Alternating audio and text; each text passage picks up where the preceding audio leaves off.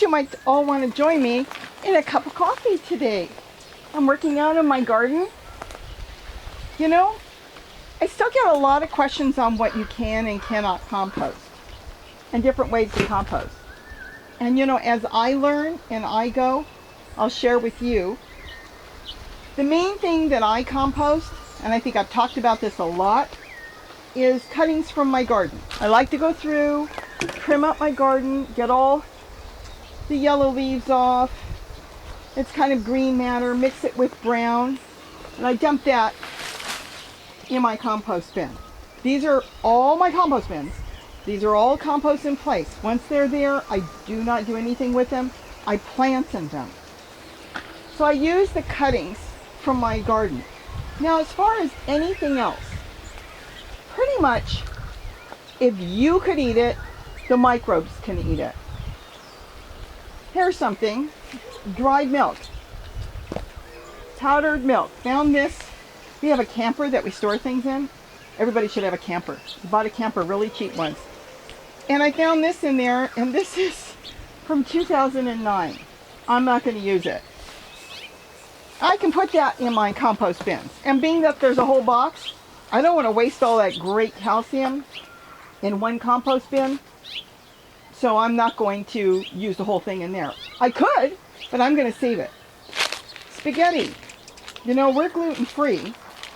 We don't eat spaghetti anymore that's made with wheat. And I found that in the camper. That goes in the compost bin. The plastic, I can't eat that. So no. That goes in the trash. Got some old vitamins that you found in the cupboard that you forgot about. Go ahead, you can toss that in there. Vitamin A, old calcium, multivitamins. I put that in my compost too. So that would be great. Noodles, same thing. We don't eat these noodles. Put the whole thing in there. Again, the plastic, no. I bought some cake mix to make, you know, some cake, and it had this package of sugar. I don't need to add extra sugar to it. And the sugar, the microbes will love it. This is pure sugar with some food coloring, I guess, to make it look pink. I don't know, it must have been for kids or something. Dump that in your compost bin. Throw this in the trash. Here's something interesting. I made some sauerkraut. I didn't have my own cabbage growing, and so I bought a cabbage. It must have been heavily pesticide. I make sauerkraut all the time. But if it had a lot of pesticides in it, it won't let the microbes grow. I didn't think about it because I usually buy organic cabbage. I didn't. It molded. Get rid of that. Put that all in your compost bin. You don't want it? And next time when I go to make it, again, I will make sure I buy an organic cabbage to make sauerkraut. Gary picked some bananas. He has so many bananas now. Don't compost the bananas, they're too good. But the skins, absolutely. Can you compost a banana? Sure you can. But too good. Found something you started to eat and forgot about. It didn't taste good, some old nuts. Go ahead and compost that. Have a party and they didn't finish the soda? No problem. Put that all in there. Microbes love sugar. They will just eat up that sugar. It will all disappear. You'll have mushrooms growing and all kinds of stuff growing.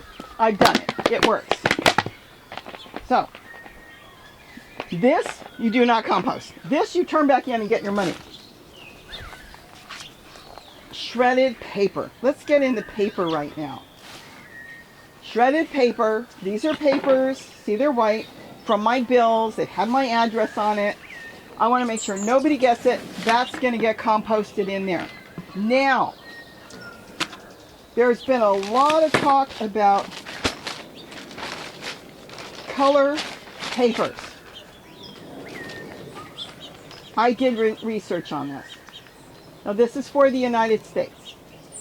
For over 10 years now, Pretty much all the paper is safe that you get that comes in the mail. If you can rub it and you get ink, it rubs right off, and you can do this and you get ink on your hands, which I'm not. That means it's made with a petroleum type ink, an oil ink. If you find anything with an oil ink, don't use it. Will it hurt you? Probably not. If the microbes would probably eat it all. But I'm going to say don't use it. Do I use colored paper? No, I generally throw this out in the trash, or we put it in our fireplace and burn it. Sometimes if I don't have a lot of leaves, the stuff on the bottom of a flower pot, I might use some paper. Here's the deal. If you don't feel comfortable, it's very simple. Don't use it. That's what I would tell my best friend. That's what I would tell you. If you're not comfortable with something, there's no reason to use it. If you say, no, I don't want to use it, don't use it. Throw it in the trash can. Doesn't take up much space. If you're okay with it, go ahead and tear it up and throw it in there. It will disappear. But pretty much all paper. I'm not going to mention companies, but there's a company out there that's selling their printers with ink so you can print to put on top of cakes. The ink you're printing off your printer in the U.S., because I don't know about other states, other countries, in the U.S., it's safe. And pretty much I've heard that they're using the same ink for your cakes.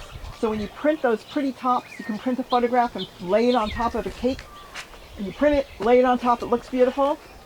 It's not toxic. But I will tell you something. Have you ever done it? Have you ever bought a cake with a photo? It's gummy. I don't like it. What I've done when I've done cakes for my grandkids is I will print up something really pretty, and then I will laminate it and I will put it on top, and then when they go to cut it, I lift it up if you want a photo. I would do it that way. If you want a photo, more than happy, go do your photo. And if they don't want to eat the frosting off the top of those cakes, compost that too.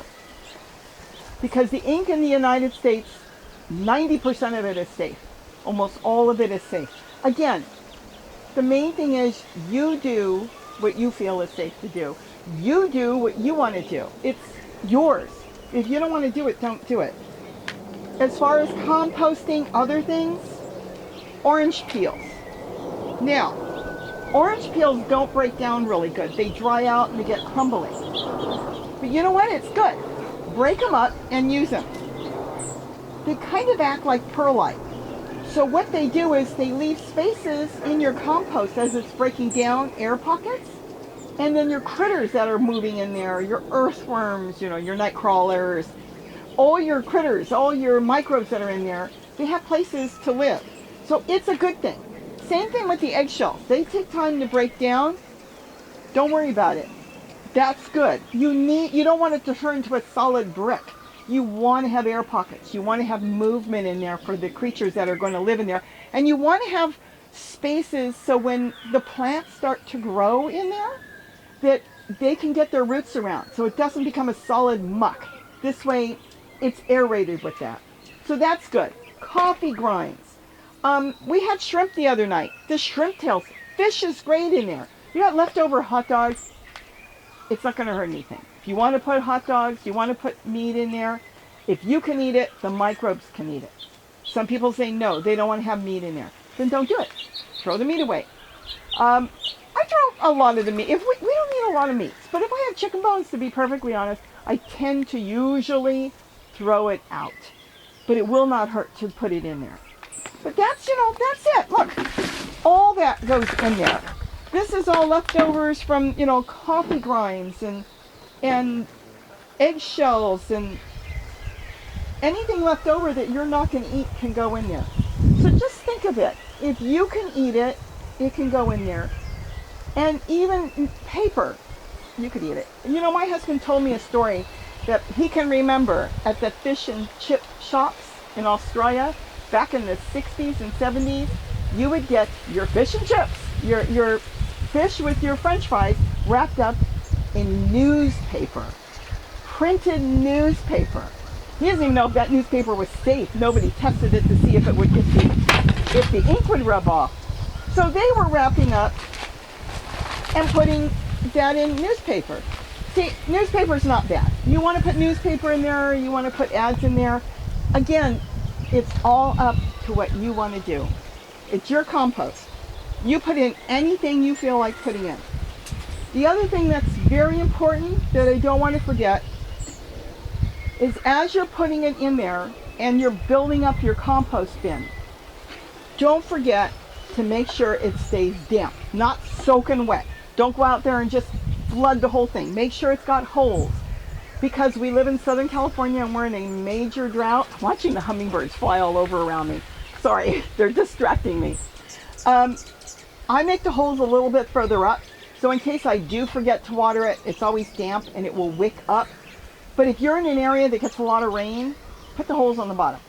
I also put my holes, and I've talked about this in my other videos, I put my holes in my bins where there's maybe going to be some other plants growing in the ground, because as that breaks down and the water goes through and runs out, that's valuable. That's like the greatest plant fertilizer. So you can set up your bin, decide how you want the water to drain out, and then drill your holes. That's a really good tip. But again, keep it wet. Some people have asked me, how do you know how much water? Get a little pot. Here's some romaine lettuce, came up from seed. I planted this from seed. As you build your compost bins up, and because it's not quite ready here to grow yet, but you can grow anytime you want. As you build it up, sit this in there. I don't think you can see it because it's low. Sit it in there. And all you have to do is water this plant well. Forget the bin. You don't even have to think about it. Water this plant. Put 2 or 3 or 4 plants in it. Water the plants. Because what's going to happen is the water that leaves this will keep that damp. And underneath the pot, this will act like a ground cover, a mulch. This will stay damp. And any of your microbes, any of your earthworms that get in, you'll see they'll travel. If they get too wet in there, they'll travel into the pots and they'll go back and forth. They make a home out of this too. So that's the biggest thing I do, is I put pots all over my compost bins as I'm starting to get ready to set them up. So get some pots.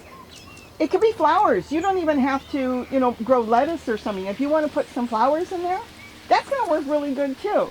So go ahead and put some flowers in a pot, and get a pot, put some plants in there, make it look pretty while you're composting. Because you can work on that for weeks and weeks at a time. Some people say they want to cover it. I would not ever cover it airtight, because that is a living, that is a living home in here for all these creatures. If you want to cover it, what I do a lot of times is take wood chips and I just put it on top, and then the next time I come back, I don't turn anything, by the way. The next time I come back, I will just dump more compost in there, right on top of the wood chips. So what you're doing is you're layering it. That's the main thing, you're layering it. Come spring, before you even put any soil in there, if you decide to, I'm going to tell you, when spring is coming, that compost bin is going to be so active. You're going to have tomato seeds if you threw it in there growing, peppers, if you throw any squash, anything you put in there, you throw a carrot top in there, it's going to grow. It's amazing that I can't stop things from growing in my compost bins when spring and summer is here. In the winter, those things are slow. They're not growing. But that's just going to take off. It's going to come to life. And you're going to be going, oh my gosh, I have 30 tomato plants growing in there and I don't want to kill them. What do I do? You can move them. You can keep the ones you want. You can dig them under if you don't want that in there. But this thing comes to life. And I just love it. It's just amazing. So with that, I think I've covered pretty much everything. And don't worry if I haven't asked me. I'll make another video. I'll answer your questions if I've got the answer. And if somebody else has got the answer, go ahead and post it underneath. We have a lot of videos on how I compost in place. That's been my big thing. Do we have land to grow in the ground? Of course. I've got all kinds of stuff in the ground. I just like having control over my plants and control over where the water is and control over everything and control over the compost this way. If you so desire, when the time comes to move some of the compost, do that. Move it into other containers. Split it up. Do whatever you want with it. I don't bother because I'm always cooking and I've always got kitchen scraps, and so I'm always got stuff to throw in there. But if you want to use it, go ahead. Use it. I mean, do it whatever way works for you. That's the main thing. It's your compost bin. You do it the way it works for you. But I would try the trick with the plants. That works really good. Get a few small pots. It could be flowers, anything. Just put it on the top and water the plants. When you want to throw more compost in there, pull the pots right out, water some more. You will find that a lot of your plants will start to set root out of here. The feeder roots just know that's in there and it wants it, and they'll set out feeder roots. Sometimes if you don't know it's got a lot of feeder roots and you pick it up, your plant might wilt because the bottom roots are the ones that are sucking up the water. Don't worry, it'll come back in a day or two. Just keep watering it and it will come right back. But that's pretty much it for today. And I wanted to kind of touch base exactly layer by layer how I do it. So I believe with that, bon appetit. And I just wanted to have well, wait a minute. I don't drink coffee in the afternoon. I only drink 2 cups in the morning. I don't eat coffee in the afternoon. I won't be able to sleep. With that, have a great day. And don't forget to eat what you grow. And please like and subscribe. I can't believe how many people there are. I'd like to see more. This has been unreal. We did this for fun and we get so many people. And I'm learning and we're all learning on the way. So like and subscribe. Check out my old videos. And please ask questions. Bye-bye and have a great day. Bye-bye.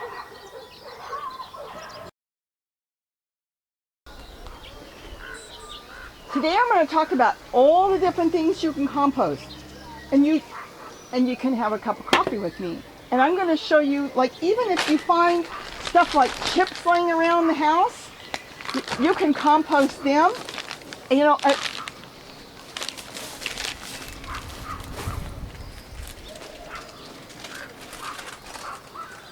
okay, maybe not his chips.